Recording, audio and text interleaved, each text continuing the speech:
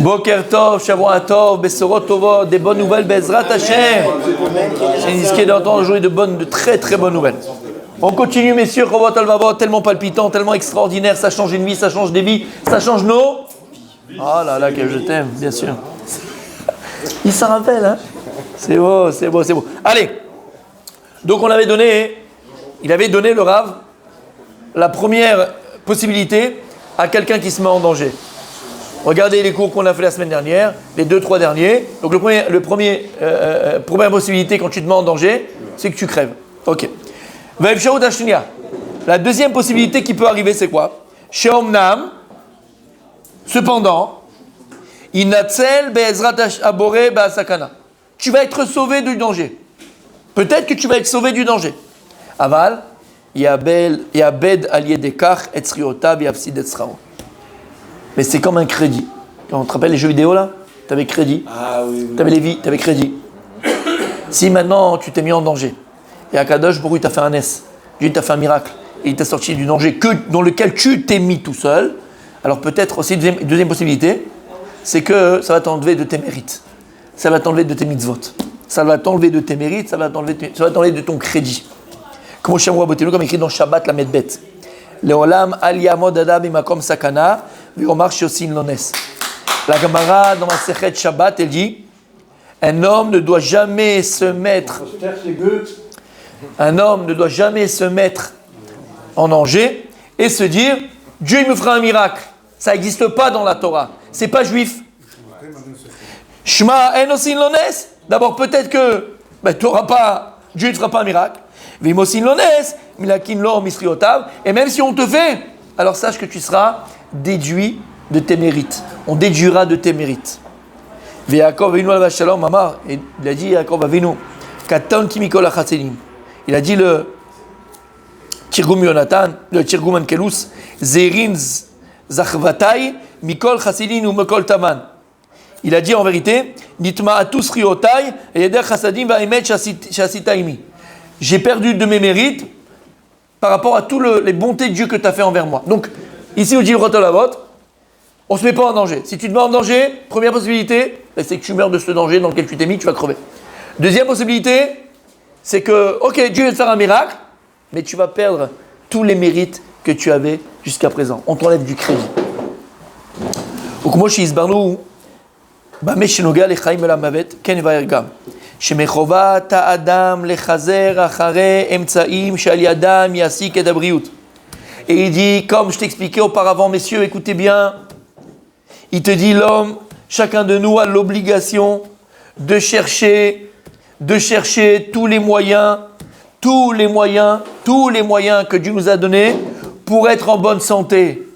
C'est un chiyuv que l'on a. S'il fait froid, tu te couvres. S'il y a un courant d'air, tu fermes la fenêtre.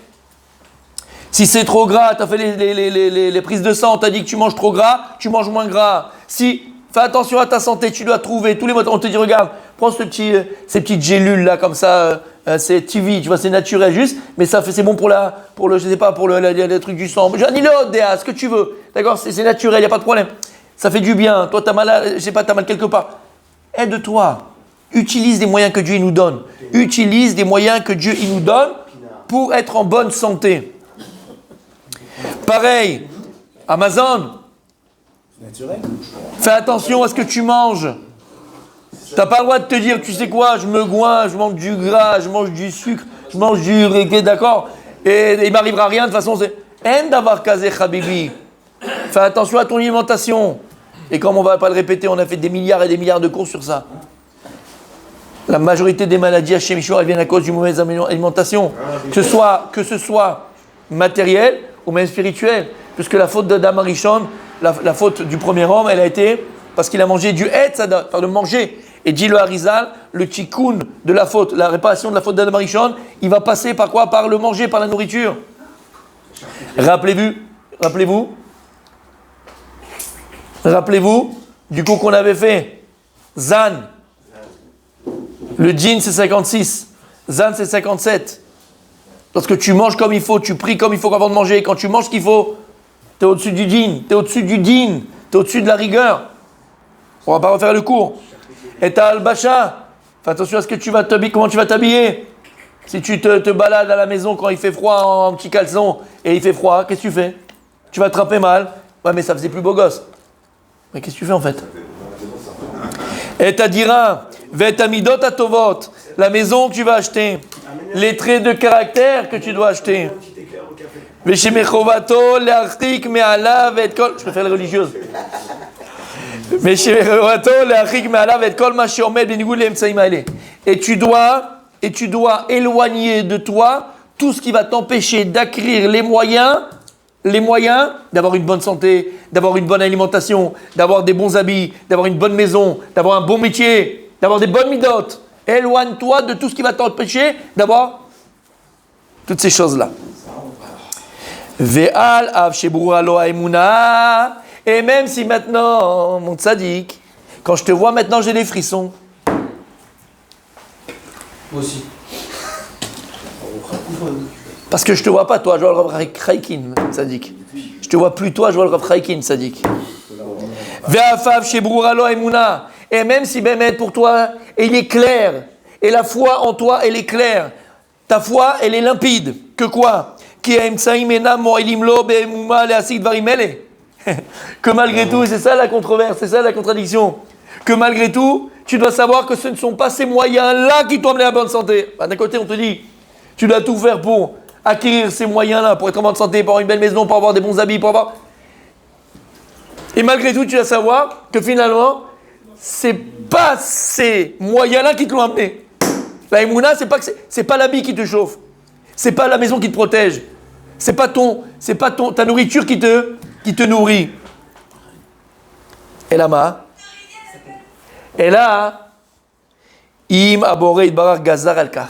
Uniquement parce qu'Akadosh Baruch Hu, il a décrété que lorsque tu mets un habit, l'habit te réchauffe. Ah, tu vas me dire, arrêtez les gars, vous êtes complètement fous. Je mets un habit, c'est sûr qu'il va me réchauffer. Ah, t'as raison. La preuve, elle est où, mon tzaddik, que c'est l'onachon? Ou David Amelech. David Amelech. On a le Chazonish en personne, messieurs. On a une... David Amelech, messieurs. La Gemara dans Masechet Brachot, elle dit que lorsque David Amelech, il était âgé, alors il avait froid. Et plus on lui rajoutait des couvertures, des habits, et plus il avait froid. On lui a amené une chounamite. Jusqu'à que... Calme-toi. Oh là là, on n'est pas là-bas. Calme-toi. Et donc, la Gemara, elle pose la question, Lama, pourquoi est-ce que David Amelech, à la fin de sa vie, tous les habits du monde ne le réchauffaient pas? Un habit, il est fait pour réchauffer. Plus que ça, non seulement ça le réchauffe, mais il avait encore plus froid. La Gemara, elle dit pourquoi? Parce que lorsque David, toi, tu étais poursuivi par Shaoul, le roi Shaoul, à un moment donné, une fois, tu étais dans la grotte pour faire pour te cacher, parce qu'il voulait te tuer. Et Shaoul Amelech, il avait eu envie de faire ses besoins. Alors il s'est écarté du groupe, du camp, et il est parti à côté d'une grotte pour cette seule, pour être sanoua, avec pudeur. Il était devant l'entrée de cette grotte. Et c'est pour ça, vous savez, entre parenthèses, qu'on n'a pas le droit, on n'a pas le droit de tuer aucun animal, ok? Mais en particulier, faire très attention aux araignées. Lama, l'araignée, parce qu'on a une gratitude envers l'araignée. Parce que lorsque David Amelech, il est rentré dans la grotte avec ses soldats, l'araignée et les araignées sont venus et elles ont tissé une toile au devant de la porte de la grotte. Donc quand Shaoul est arrivé, il pensait qu'il n'y avait personne à l'intérieur, puisqu'il y avait une toile d'araignée qui était juste là. Donc il dit, c'est impossible qu'il y ait quelqu'un à l'intérieur. Il a fait ses besoins, il est parti pour faire ses besoins. Yoav, le chef d'armée de David Amelech, il lui a dit, regarde, Akadosh Baruch Hu t'a donné ton ennemi là. Hachem, il t'a amené ton ennemi devant toi. Tue-le! C'est une mitzvah de se protéger de son ennemi. Tue-le! David Amelech, il vient pour sortir son épée. Et sa main, elle ne peut pas sortir l'épée. Sa main, elle n'arrive pas. David Amelech, c'est l'exemple même de Emet. Quelqu'un qui est Emet, la vérité absolue. Emet. C'est tellement habitué à quelqu'un de vrai que même les membres de son corps ne pouvaient pas agir à l'inverse de la vérité. Et donc il a compris qu'il a dit non, je ne peux pas le tuer. Ou Mashuach Hashem. Pourtant, c'est lui le roi d'Israël. Dieu me donnera la royauté de manière pacifique et de manière naturelle, de manière normale. Je n'ai pas besoin de le tuer. Et il ne l'a pas tué. Mais qu'est-ce qu'il a fait? Il a pris son épée et il lui a coupé son manteau en arrière. Il n'a pas fait attention, Shaoul, il n'a pas vu. Il lui a coupé en deux son manteau. Lorsque Shaoul est rentré au camp, David Amelech était sur la colline, il lui a crié. Il lui a dit, Shaoul, Nachon, tu étais devant la grotte et tata, regarde, tourne-toi, ton manteau, et son manteau il était déchiré. Et regarde, j'aurais pu te tuer, je ne l'ai pas fait, parce que j'ai pas envie de te tuer. C'est toi le Melech Israël, c'est toi le roi d'Israël, j'ai rien contre toi. Pour lui montrer qu'il était en paix avec lui. Et la Gemara, elle dit, David Amelech, parce que tu as été, Kol Amevazeh et Abgadim, tout celui qui fait honte et qui méprise les habits, alors, Sofo, Sheno Nene Mehem. À la fin, tu ne profiteras pas d'eux. Et la Gemara de dire, il aurait eu un autre moyen, il aurait pu faire autrement. T'as fait quoi? T'as été mévasé des bgadim, quand je voulais donner des habits, tu es mévasé des bgadim. Alors qu'est-ce qu'il y a eu à la fin de sa vie? Les habits non seulement ne l'ont pas réchauffé, mais en plus, il avait encore plus froid. Et ça, c'est un klal, écoutez bien, hein, c'est un klal, on fait des petites parenthèses. C'est un moussard pour la vie. De là, on apprend, mes amis, que un klal pour la vie, c'est un moussard pour la vie. À partir du moment où Akadosh Baruch Hu, il te donne quelque chose de positif qui doit t'apporter, les habits c'est pour réchauffer, pour t'habiller, pour pouvoir sortir, pour pouvoir être Albi, Al-Basha. Maintenant, si Akadosh Baruch Hu dans la vie, tout ce que Dieu il te donne, attention, si tu le méprises, tu finiras par le perdre. Non seulement tu vas le perdre, mais en plus cette chose-là, elle va être capable de se retourner contre toi. C'est pour ça que on dit, ouais, il a fait. Kol hakavod. Bravo, je donne pas son nom parce qu'après, je vais pas donner ton nom. Kol hakavod. C'est exactement l'exemple de l'homme et la femme. Un Ezer kenegdo. Akadosh Baruch Hu t'a donné ta femme pour être un Ezer, pour te permettre d'être, d'évoluer, de grandir, de devenir, de te réaliser. Ta femme, c'est ton Ezer.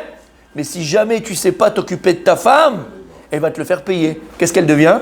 Non seulement elle ne va pas t'aider à devenir, mais elle va te pourrir la vie. Elle va te pourrir la vie.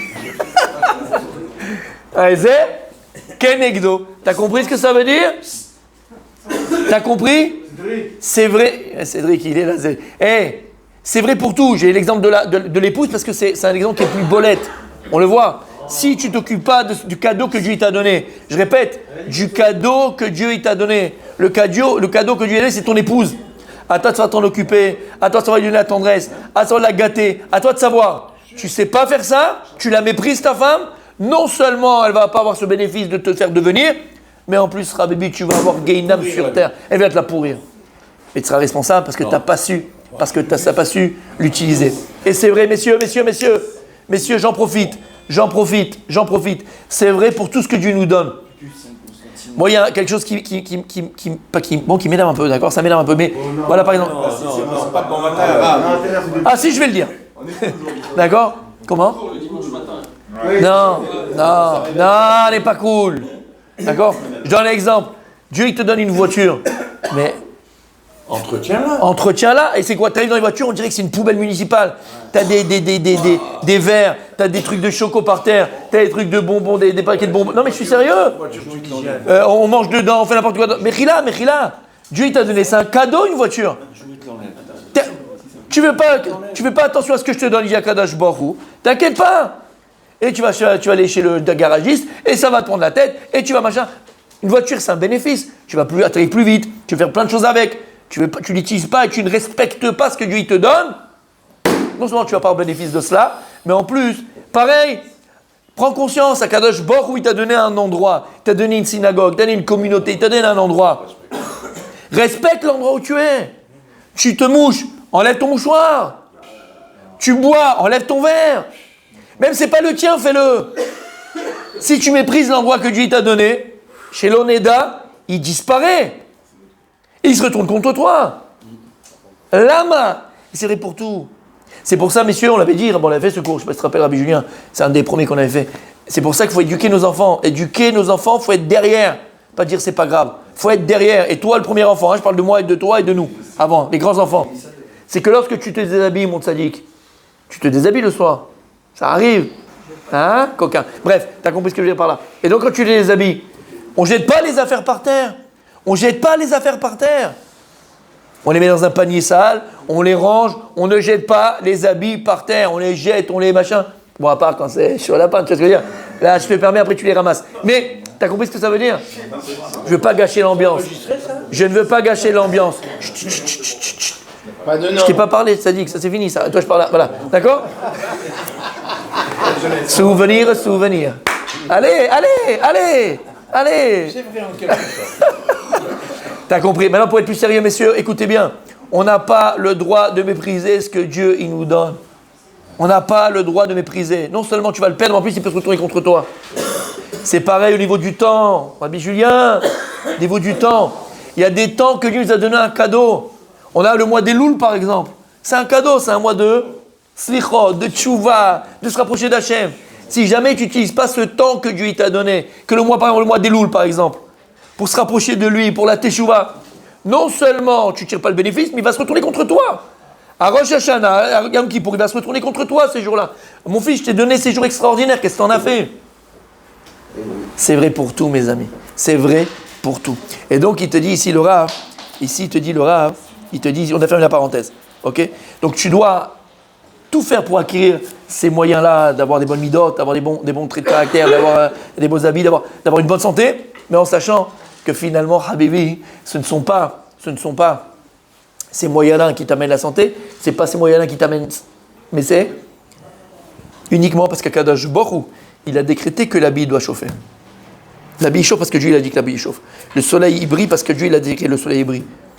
L'huile, elle peut allumer parce que Dieu il a décrété que l'huile peut allumer. Et donc si pour toi tu sais que c'est Akadosh Baruch Hu qui a décrété, donc la manière que Dieu il a décrété que l'huile peut brûler, il pourrait dire que l'eau elle brûle, que le jus d'orange il brûle. Vas-y Michane. Akol begzerat Hashem. Akol begzerat Hashem. Bechol zot ou mechuyab l'erzer. Et malgré tout, malgré cette émouna, tu dois tout faire pour acquérir ces moyens-là. Et là, c'est l'exemple qu'il donne. Par exemple, le type, c'est un agriculteur. Il ne peut pas se dire, bon, tu sais quoi, de toute façon, Kol min hashamaim, tout vient de Dieu. Kol etova, Kol min hashamaim, ces phrases-là qu'on ne sait même pas ce que ça veut dire. Kol min hashamaim, tout est de Dieu.